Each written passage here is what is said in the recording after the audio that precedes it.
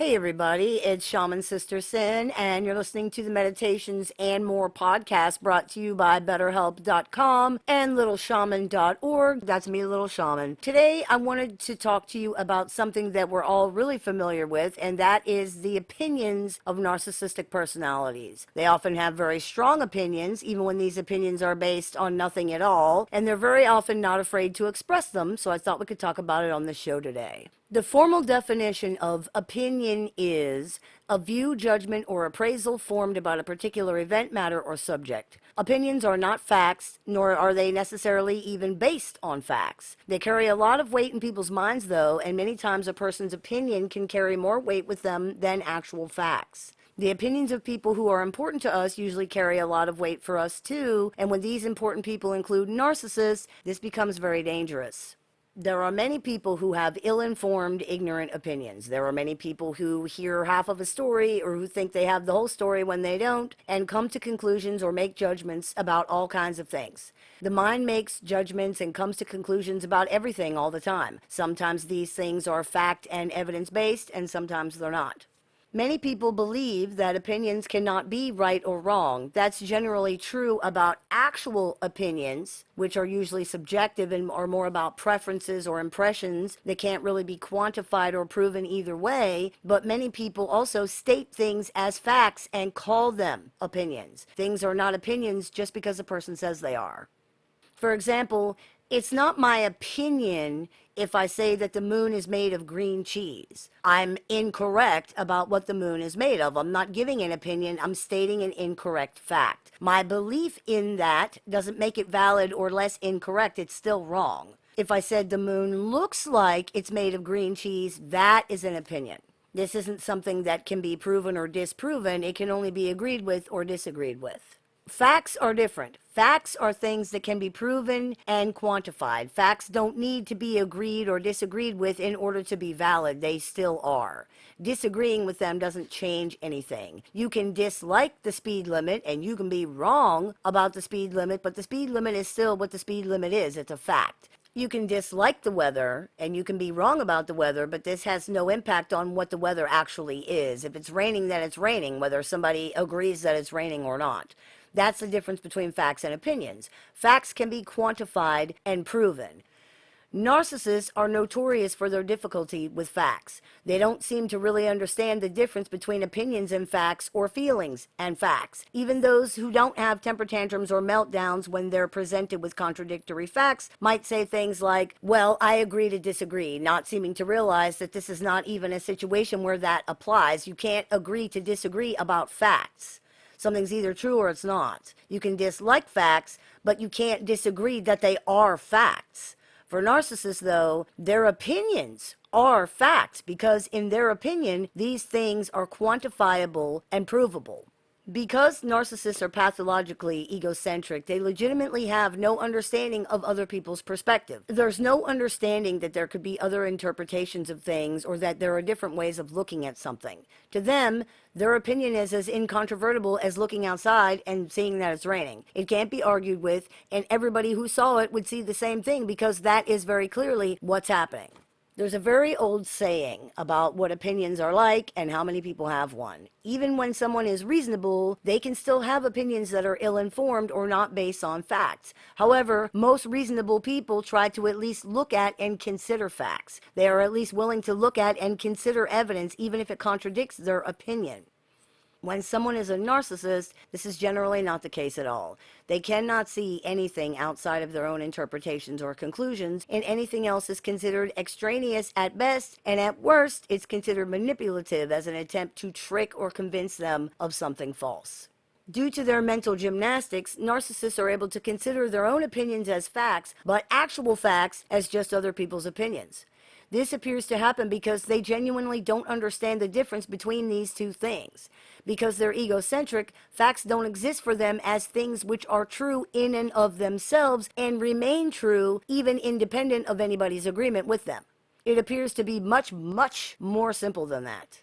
Something is a fact if the narcissist believes it or agrees with it, and not a fact if they don't.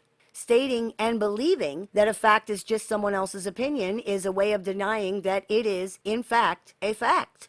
As we've discussed in several previous podcasts, most recently Decoding Narcissistic Communication, narcissistic personalities often have extreme difficulty with many aspects of processing information. This means they very frequently come to erroneous or incorrect conclusions, particularly regarding emotionally charged events. Their rigid thinking and serious difficulty integrating new information makes it very hard for them to alter a conclusion once it's been established in their minds. For narcissists, their conclusions, judgments, appraisals, and views are much more than just opinions. They are more even than facts. They become concretized into part of a narrative that supports whatever pseudo-identity they're trying to live out. These personalities don't have a stable identity or self-image. They have to try to create one with whatever they have available. In the absence of anything more substantial, narcissistic personalities attempt to create an identity out of even superficial things, like their opinions about entertainment media or sports teams. They attach their identity to these things, which makes the things very important. Narcissists will fight like tigers to defend their opinions because they're much more than just opinions. This is why they react so poorly to being corrected, challenged, or disagreed with. This is taken not as a simple disagreement or a difference in actual opinion, meaning having different preferences or subjective impressions, but as a challenge to their deepest beliefs about themselves, as a threat to the narrative they need to believe in order to survive. They take this very, very personally. The subject of the disagreement, challenge, or correction doesn't really matter. It could be which waffles are best, or how many stuffed animals is too many, or whether it's 99 degrees outside or 100. It always somehow ends up that you are attacking them on the deepest, most personal level and must be punished for that. It always somehow ends up that they're the victim. Even when dealing with narcissists who don't use that exact verbiage or who don't blatantly accuse others of anything, if you listen to what they're actually saying, you will realize that the bottom line is always the same. They are the victim somehow. This isn't just about protecting a very fragile, unstable identity either, though that would be reason enough for the reactions that we commonly see. There is also a large amount of toxic shame embedded in the narcissistic personality structure, and a huge amount of it is being triggered by not being right. In the narcissist black and white perception, not being right is shameful and therefore destabilizing on a level that people who are not narcissists probably cannot even begin to understand. The basic gist of this particular situation is that if someone disagrees with you, or if there's another way to see something, then you're not right.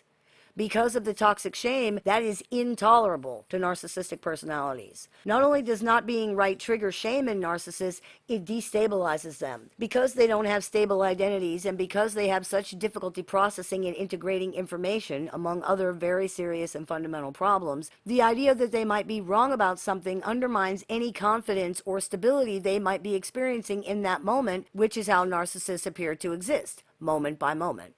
Due in part to their very severe black and white thinking, catastrophizing, and other cognitive distortions, as well as their complete lack of trust in their own information vetting skills, narcissists often conclude that if they are wrong about one thing, they could be wrong about everything. There's no ability to just be wrong about something and that be all it is or all it means. It's much bigger and much more higher stakes than that. It simply cannot be allowed because the implications surrounding it are too big. So to defend against it, they refuse to even entertain it. It's just not true, and that's it. This can result in some pretty bizarre situations and in behavior that comes across as even delusional or crazy. Things like denying obvious facts, making weird and paranoid accusations, attempting to gaslight people in very obvious or absurd ways, and much more. It's important to remember that the things they're saying in these situations may or not be things they actually believe, but the point of saying them has nothing to do with whether they're true or not. The point is to deny the things that the narcissist needs to believe are false. And however they have to get to that doesn't matter. If they have to say things that make no sense, or throw people under the bus, or come across as completely delusional, then that's what they'll do. It doesn't matter because they can live with that, because they won't live with it. They'll just create a narrative where that's not how it is. What they can't live with is allowing things that contradict their main narrative to exist unchallenged. That simply cannot be tolerated, and it will not be allowed. We've said it before on this show, and we will say it many more times because it's one of the most important things to understand about dealing with narcissists. These people are an illusion. They are, in many ways, completely phony. Not perhaps in a conscious, purposeful way for many of them. It's actually worse than that. These personalities spend all of their time and focus constructing, shoring up, and constantly repairing against challenges a reality they can deal with. And generally speaking, it often has no resemblance to actuality at all. In the absence of a stable identity and no ability to self-regulate emotions, self-image, self-worth, or anything else, the only way narcissists have to self-regulate and stabilize is that they have a narrative/identity that they can perform to induce others to see them the way they want to be seen so that they themselves can then see themselves the same way. Without a stable identity or self-image, this is how they attempt to stabilize and regulate themselves. Because their reality is not congruent with real life, it's constantly in jeopardy and constantly being damaged by facts, by actuality. This is extremely stressful for narcissistic personalities, and a large amount of their time and focus is spent repairing this damage, mostly in the form of denial, but also in other ways as well. It's easy to see then why their opinions are more than just opinions for them. They are part of the patchwork used to shore up a very fragile, completely unrealistic existence. It is perhaps not understood very well by many people how extremely fragile these personalities really are. A large majority of narcissists appear to be unable to deal with almost anything in life as adult human beings. They seem unable to make sense out of the world or the people in it in any real way. They often have enormous difficulty making even small decisions. They don't seem to really understand the majority of their communications and interactions with anybody. They have a very hard time trying to understand or communicate their emotions, thoughts, or needs. They can't deal with things not going the way they thought things would go. They can't deal with being corrected, challenged, or criticized, even gently. They can't deal with being told no, being told to wait, and they can't deal with their own constant negative emotional experiences. And again, even those who don't appear to have these difficulties very often do demonstrate them if you pay attention. Narcissists are, of course, not the only people who have difficulties with these things, but their difficulties with all of these things and many more are often pretty extreme, and they are among the only people who deal with it by attacking, blaming, abusing, and punishing others for it. One of the most damaging things about dealing with narcissistic personalities, then, would be their opinions of other people. These also often have no resemblance to actuality. Whether in a positive or a negative light, the opinions and images that narcissists hold of others are usually outside of objective experience, sometimes very far outside of objective experience. This sometimes upsets people to hear because they want to believe that when the narcissist saw them in a positive light, that was all real. It's not real though. Their positive images of people are just as extreme and incorrect as their negative ones. It's a common narrative that narcissists target people for their light or because of how special they are and because these people have things that the narcissist does not have. That's actually true in a way, but you also have to remember this applies to literally everybody. Narcissists are so empty and so limited that literally every single other person on the planet has many, many things that they don't have. Once again, this often upsets people to hear because they want to believe that. And it makes sense. After the beating their sense of self, self-esteem, self-image, and sometimes even their physical body have taken at the hands of a selfish, insensitive, compassionless, artless, often intentionally cruel personality. Most information focuses on the false negative things narcissists say during devaluation, but the reality is the false positive things they say during idealization are just as harmful and damaging. They are a big part of the reason the devaluation is so painful, and this needs to be recognized because they're not actually true. You're not the most amazing person who ever lived. You're not the smartest person in the world. You're not their only chance at happiness or the miracle worker who could heal anybody with your kind benevolence. And you know what? That's okay.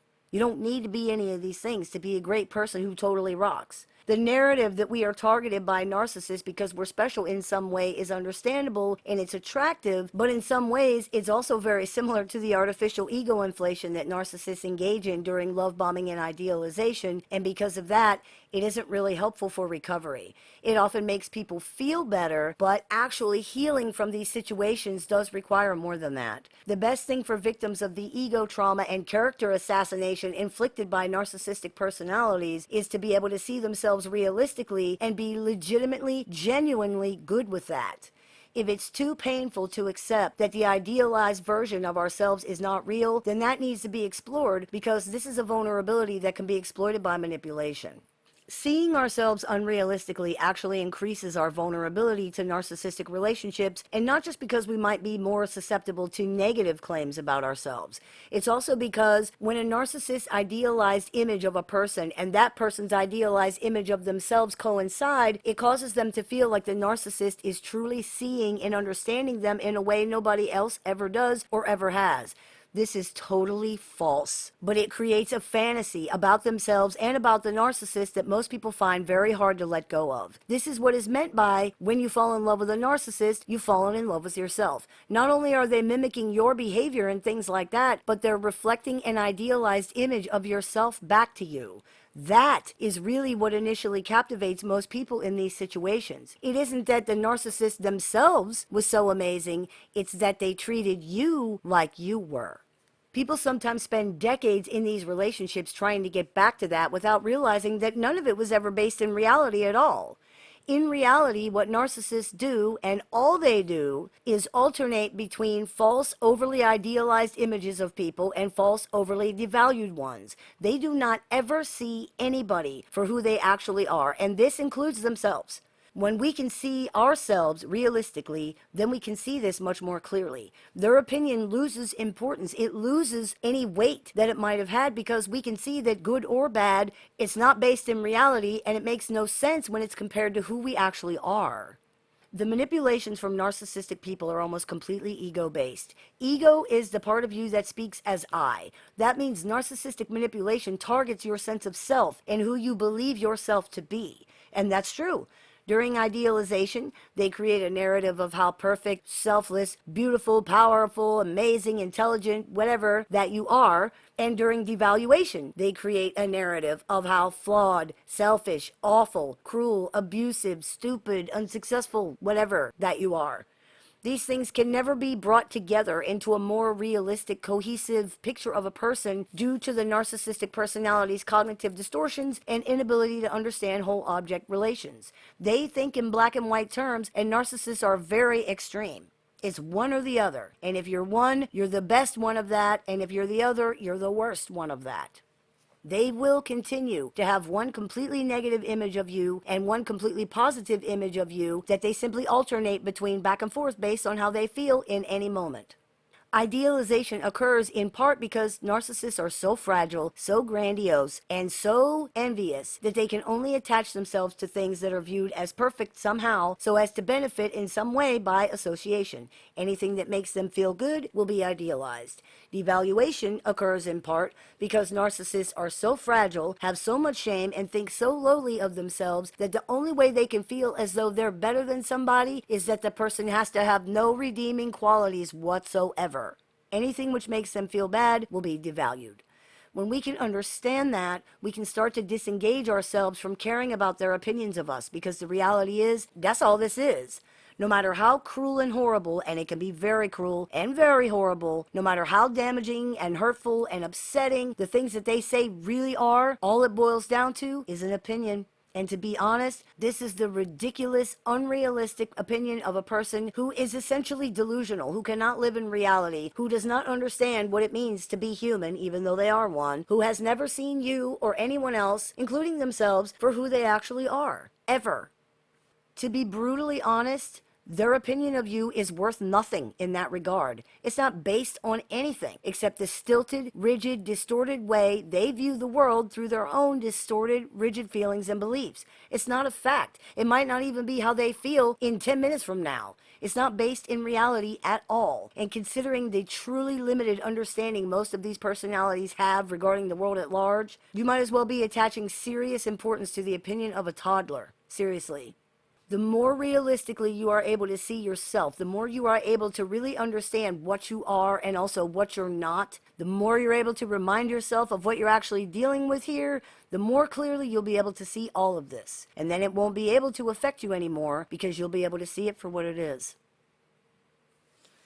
I hope that clears a few things up for you. As always, I look forward to your comments, questions, and suggestions, so please keep those coming. I take appointments online, over the phone, via text, via messenger, via email, and through Skype worldwide. So if you're interested in speaking with me one-on-one, you can visit littleshaman.org to do that. I teach workshops, clinics, and seminars throughout the year, so if you're interested in seeing what we're running this month, you can visit littleshaman.org to do that. We've opened up subscriptions to the YouTube channel, so if you're interested in what we're offering there, you can follow the link in the video description. And if you'd like to join our support group with access to exclusive content, weekly meetings, and more, you can visit littleshaman.org to do that as well. You've been listening to the Meditations and More podcast, brought to you by betterhelp.com and littleshaman.org. That's me, Little Shaman. May the Great Spirit bless you. Have a beautiful day.